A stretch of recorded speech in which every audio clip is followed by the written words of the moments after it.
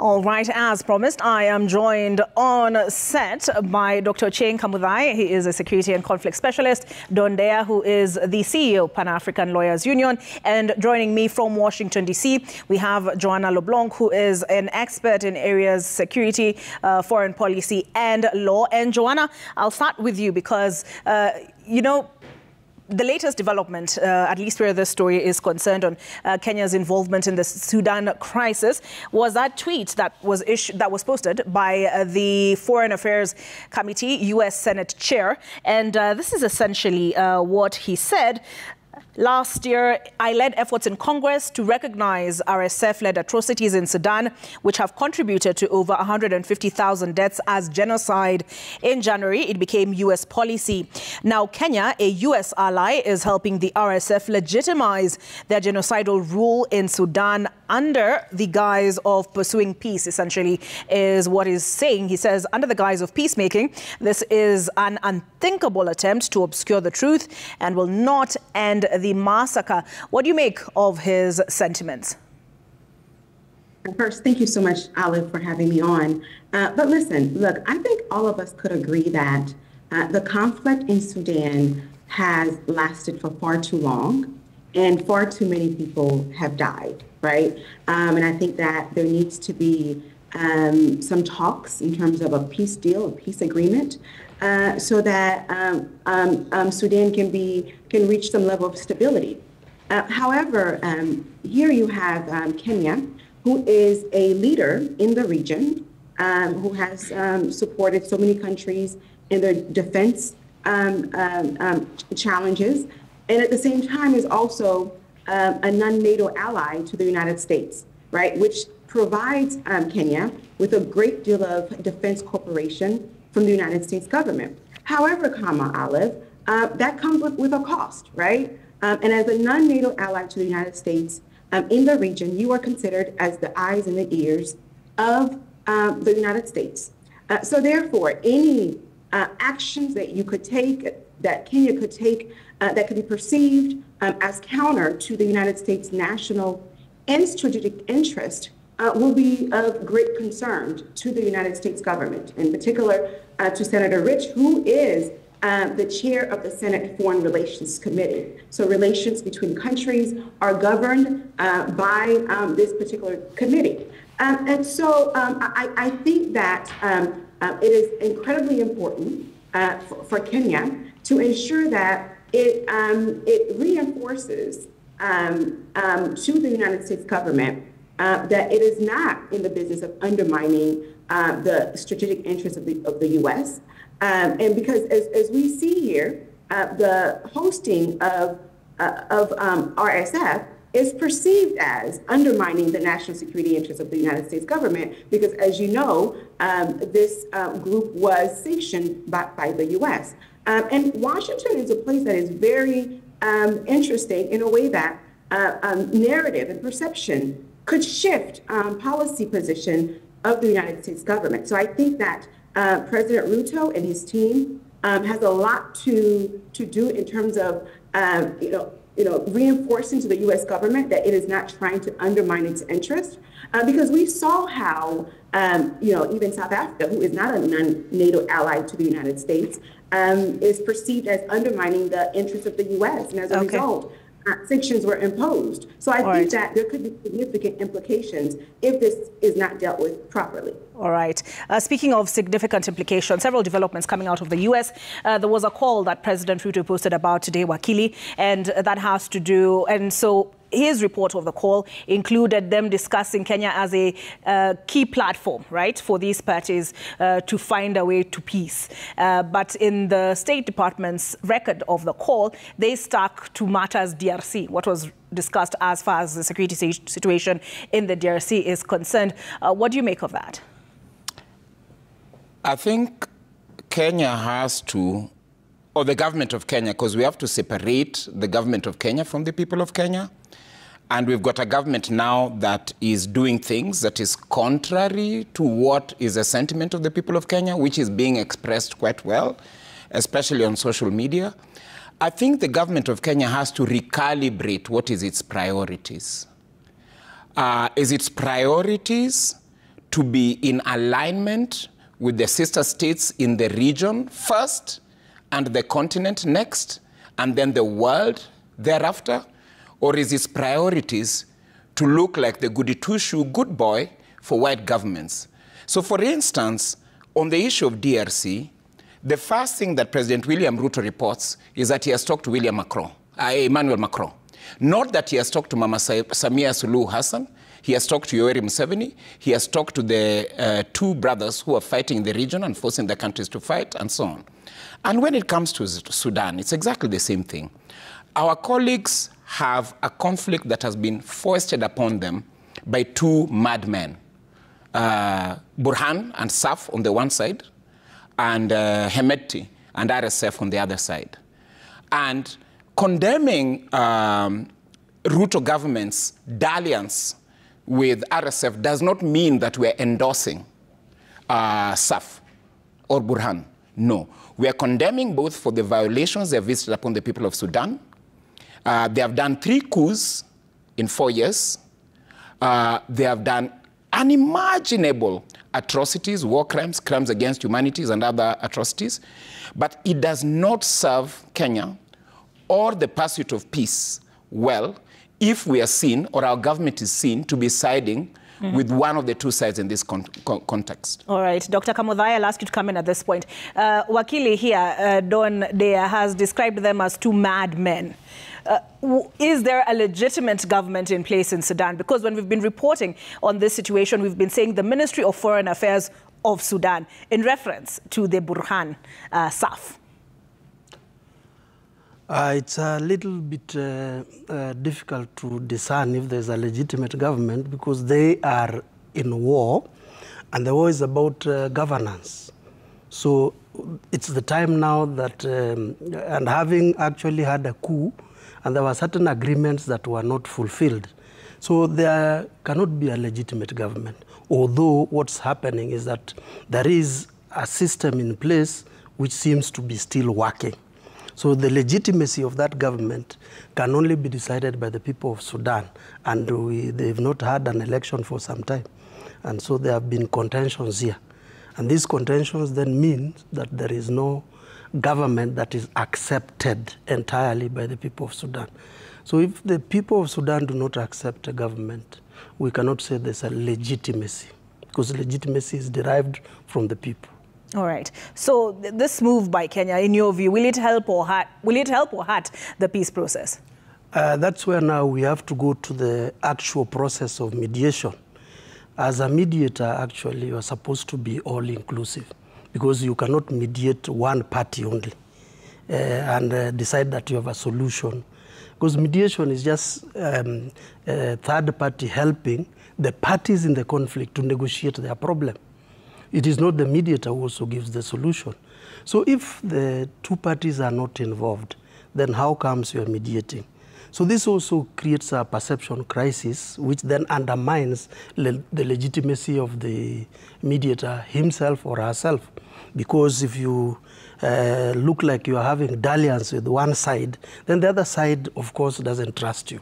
And conflict is about bringing back that mistrust that had been actually dismantling the mistrust that is established as a result of the conflict itself. So for this, I think we seem to have made a misstep, which then becomes problematic, how we can get ourselves out, because the perception is now that we are leaning on one side. Mm-hmm. Yeah. All right. We'll come back to that. And you know, one of your neighbor here, as part of a civil society groups, have called for Kenya to sit out any mediation, because now, as you said, there is the perception, the appearance of them leaning towards one side. But we'll come back to that, Wakili. Joanna, there have been sanctions against both sides from the U.S. Treasury Department, SAF, and RSF as of January. But the Biden administration additionally determined that RSF essentially are guilty of genocide and ethnic cleansing. Do you think that position will shift under Donald Trump and Marco Rubio? I think it certainly will stand. So as you know, Secretary Marco Rubio, before he became secretary, he was a member of the Senate. He was a senator, and he's worked very closely with Senator Rich. So they have a very, very close relationship in terms of working on issues impacting nations around the world. So through a simple text message, many of these issues could be discussed with Secretary Marco Rubio. But I think it's also important to note that the non-NATO alliance, the non-NATO ally status that is conferred upon Kenya is one that was not done through congressional approval, right? So by a stroke of a pen, if the United States is not happy, for lack of a better word, with its engagement with Kenya, that decision could be reversed. And we see that Mr. Trump, his leadership style is one that requires a great deal of quid pro quo. Mr. Trump is not going to maintain this status without Kenya giving up certain things. And one of them is that Kenya has to reassure the United States its role as a regional peacekeeping maker in the region, in particular one that is neutral and one that does not seek to be perceived as undermining the national security interest of the United States government. And listen, Kenya has done a great job in terms of helping to address counterterrorism issues in the region. And I think that if Kenya wishes to maintain that relationship with the United States and other Western allies, it is very important to manage this crisis and this perception that has been created by many here in Congress, think tanks, and even some other groups that you may never heard of, but nonetheless are very influential within this administration in Washington. All right. Wakili Don. So the Pan-African Lawyers Union joined a number of civil society groups who released a statement yesterday. So we're talking KHRC, AFRICOG, and others, ICJ Kenya. And part of your demands were that the Kenyan government declare RSF persona non grata, the RSF members. How do you achieve peace if you declare one of the parties persona non grata? We have to talk with the people of Sudan. And even that demographic that RSF claims to represent, and I don't think they've been very articulate in saying we represent this demographic, other than Hemeti and his brother saying we represent this gang. UN reports, African Union reports, have made it very clear that the leadership of both sides have committed serious crimes, war crimes, and in the case of RSF, crimes against humanity and genocide. So talking to the people, even of Western Sudan, does not necessarily mean it has to be led by these two individuals. Now, does it mean that in an imperfect scenario we have to talk to these individuals? Yes. But it's a totally different thing when now we seem to be hosting them, feeding them, making them look like heroes. You don't. President Moi facilitated a lot of talks in the region, talks around Sudan, talks around Somalia, earlier even talks around Uganda. We did not fit in our iconic Kenyatta International Conference Center these thugs and murderers. So the lesson, the message that the government is sending, the impression, the perception that it's giving is that it's privileging these people, not necessarily privileging the people of Sudan. Because otherwise, we'd have seen situations where, quite apart from these two armed combatants, we are showing how we are elevating the ordinary women and men, girls and boys of Sudan and their own stake, rather than making it look like the only way to achieve peace is to talk to these two thugs at the expense of the people of Sudan. All right. But Dr. Kamuthai, you know, are these civil society groups perhaps being unfair to President William Ruto and his administration? Because they termed, you know what happened this week, a disgrace. That is the word you used. Yeah. And I ask if they're being unfair because in November of 2023, November 13th, 2023, President William Ruto sat down with the SAF leader, Burhan. Then in January 2024, he sat down with Hemeti. So doesn't he appear to be trying to reach out to both parties in this divide? This we can call shadow diplomacy. And shadow diplomacy is normally used to bring the two parties to table, parties that are not at table. So you can talk to both parties, but you confine yourself to the idea of bringing them to the table so that they can begin to talk. actually it is not you who is participating in the talks. It is those two parties that are looking for a mutual solution to their problem, because they know their problem and they can solve it. So the original idea of having shuttle diplomacy, that is appropriate, because how else do you bring them to table if you don't reach out to them? So that is a plus for him. However, what would be challenging now is that you seem to allow one group to have certain advantages. Although technically speaking, impartiality and so on is not really a necessary condition for solutions. However, because anyway, it's also impossible that in a conflict, even a mediator will love the two parties in the same way. Because some of them could be doing bad things, some of them could be giving him headache as he's looking for a solution and so on. However, there must be a perception that you are holding both parties accountable in the same manner towards the conflict. So the problem and the challenge now is allowing them to try to declare a government, an alternative government in Kenya. That is where the problem is. Oh, that's where the problem lies. Yes, that is where the problem lies. And that is where the diplomatic problem then becomes. That's the challenge. All right. And before I come to you, Joanna, just Dr. Kamuthai, the Burhan side has accused President William Ruto of putting his commercial interests ahead of Kenya's national interests. Is that an allegation you feel the Ruto administration should address head on? I think so, because if maybe their intelligence tells them that there are certain commercial links with the side that he looks like he's favoring, there's need to actually address that. Because without that, then any solution will be discounted by the other side, will be contested by the other side, because it will be said to be a solution that is leaning towards supporting the other side. And in terms of addressing a problem such as the one that we have, you must seem to be neutral to the issues that are involved. And Kenya has always done this for a very long time.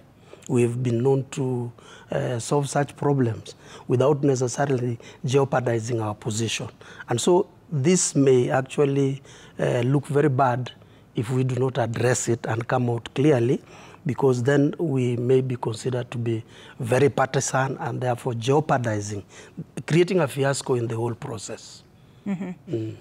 Joanna, I'm curious, from where you sit, the Sudan war has been described as the forgotten war. And, of late, a lot of focus has been on DRC. But during the AU summit the other day in Addis Ababa, Sudan and DRC, appeared during the Peace and Security Council talks, given they've been... It's widely accepted that there are external players who are also influencing this war. Which way, in your view, would be the direction to go to solve this conflict? Well, I think that Kenya should not back down on its commitment to supporting peace and security in the region. Also, its leadership in providing support to various countries in addressing their various security challenges. But I think that it needs to be done in a way that puts Kenya's allies at peace and at some level of comfort. So I think that one of the things that Kenya should do is to create a U.S.-Kenya task force to help address the crisis in Sudan, and to bring all parties to the table and to reach some level of negotiations and to reach some level of peace. Because the reality is that whether RSF has been sanctioned by the United States or not, peace and security must be a priority for Sudan, the region, and certainly for the United States government. And I think Kenya could continue to serve a pivotal role, but it needs to be done strategically, and Kenya certainly should bring U.S. to the table to be a part of some kind of council or task force group to help address this challenge. Because if Kenya is able to successfully reach a peace deal on this crisis, this will be significant leverage diplomatically for Kenya And more specifically, Kenya could be able to further strengthen its relationships with countries across the African continent, and of course, some of its Western allies, and to show to the rest of the world that Kenya is indeed the leader in the region when it comes to addressing peace, security, and counterterrorism matters. All right. I'll come to you, Wakili. Some demands, aside your recommendations, let me put it that way, aside from declaring RSF members persona non grata, is that Kenya should not take center stage of any mediation efforts because it already appears partisan. But Kenya says, one, it has a history of providing this, quote, they keep using the terminology platform, right, to these warring parties. And then they also say that Kenya hosts refugees from various countries in conflict on the continent and so cannot afford to sit out peace negotiations. What do you say to that? One, in terms of being an honest broker in the current phase of the crisis in Sudan, the government of William Ruto has lost it. It is no longer going to be perceived as an honest broker. Is it an interested party that needs to be listened to and listened to seriously? Yes, it is. Does it host refugees? Yes, it does. And I think you can call me some other time, together with my friend Peter Mugo-Muriuki, who works for UNHCR, to say whether Kenya is doing a good enough job of hosting the various refugees that it hosts. But I don't think we are any longer an honest broker to be at the center of the mediation. But we definitely, as a country, have interests, including interests of solidarity, and making sure that whatever becomes the eventual compromise on Sudan is not a deal between two bad men, but it's a deal that has the representatives of the people of Sudan as an important stakeholder in its own right. So there's a lot we could still do, even as hosts of refugees in that regard. All right, and my follow-up question then would be, and I'll address that to you, Dr. Kamuthai, so you can have the last word, is who then speaks for the people of Sudan? Because Burhan is, I think, he's the president of the Transitional Council, and then we are calling, I mean, you've used several terminology, very strong terminologies. The Transitional Council has collapsed. Wakili. Yeah. So who then speaks, Dr. Kamuthai, for the Sudanese people as a last word? And how does Kenya disentangle itself from the situation? Because it seems widely accepted, even given their overdrive reaction, right, response, that they have stepped in it. I do not think it is possible at this time for Kenya to remove itself from this middle. It only needs now to clear the muddle that it has entered in, so that it doesn't keep on muddling. But it takes a particular place, because Kenya is a stakeholder. As a regional representative, it is, in terms of peace and security in the Horn of Africa, Kenya is a clear stakeholder. And so Kenya must actually be involved. If the legitimacy of Kenya is already lost for different reasons, there is also multiple mediators. Other mediators can also join Kenya, so that Kenya does not really need to spearhead, but Kenya is a member. Because without resolving an interest of a serious stakeholder like Kenya in these matters, then we shall have piecemeal peace, and that can be dangerous. The second question you wanted to ask is who is this person speaking for the people of Sudan? At this moment that we are looking for a ceasefire, we can only deal with those two elites. So that once the guns are silent, then the peace process can now go towards the grassroots. But as long as we do not deal with these two generals, there is no peace, because the guns will keep on. So you disagree with their persona non grata? Actually, yes. Okay. And also declaring them persona non grata, then how would you host them? Because once it's a persona non grata, it means they must leave your jurisdiction, and is a legal friend, so he understands very well what the implications of persona non grata.